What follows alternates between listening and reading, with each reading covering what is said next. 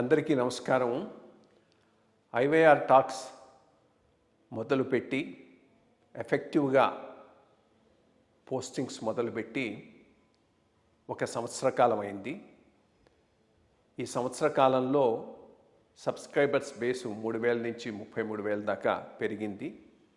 IYR టాక్స్ను ఆదరిస్తున్న మీ అందరికీ నా ధన్యవాదాలు.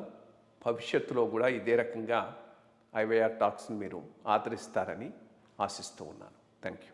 That is very important. ఇక్కడ వీళ్ళు ఆ షీట్ పైల్ కట్ ఆఫ్ సరిగ్గా వేయలేదు. ఓకే, అది కావాల్సిన డెప్త్కి వెళ్ళాలి. మామూలు పైన ఎంత డెప్త్కి వెళ్ళాలో ఆ డెప్త్కి వెళ్ళే. మొట్టమొదటి వాళ్ళు ఇచ్చిన డిజైన్కి కొంచెం మార్చారు వీళ్ళు, ఇంకా ఎక్కువ తీసుకెళ్ళాలని చెప్పేసి. సో ఆబ్వియస్లీ ఆ శాండ్ వెళ్ళిపోయింది.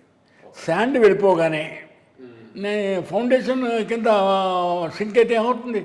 Pierce crack. మీరు కాళేశ్వరాన్ని గురించి చెప్తున్నారు. కాళేశ్వరాన్ని గురించి అప్పుడు ప్రాణహిత చెవెళ్ళలాగా మొదలెట్టింది, ఇప్పుడు కాళేశ్వరం అయింది. ఓకే, అది అలా చేశారు. ఎందుకంటే ఏమవుతుంది అనేటువంటి ఒక చేశారు తప్ప చేస్తుంటే డెఫినెట్లీ. ఎందుకంటే ఇక్కడ పియర్స్ కూడా క్రాక్ ఇచ్చేసాయి. పియర్స్ క్రాక్ ఇచ్చాయంటే సింగ్ అయ్యి ఉండాలి. మీరు ఒక గోడ కట్టారనుకోండి, గోడ క్రాక్ ఇస్తే కింద క్రాక్ ఇవ్వదండి, పైన ఇస్తుంది అన్నమాట. ఫస్ట్ ఆఫ్ ఆల్ అంచేత it's a bad design. It's a bad design, basically bad design. But ఒకటి ఏంటంటే, మీరు కొద్దిగా డేటెడ్ అనుకోండి, ఆ పైన చాలా చాలా జరిగి ఉండి ఉంటాయి.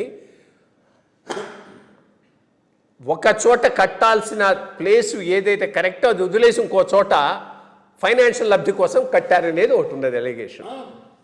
ఎస్టిమేట్ ఎక్కువ అవుతుంది.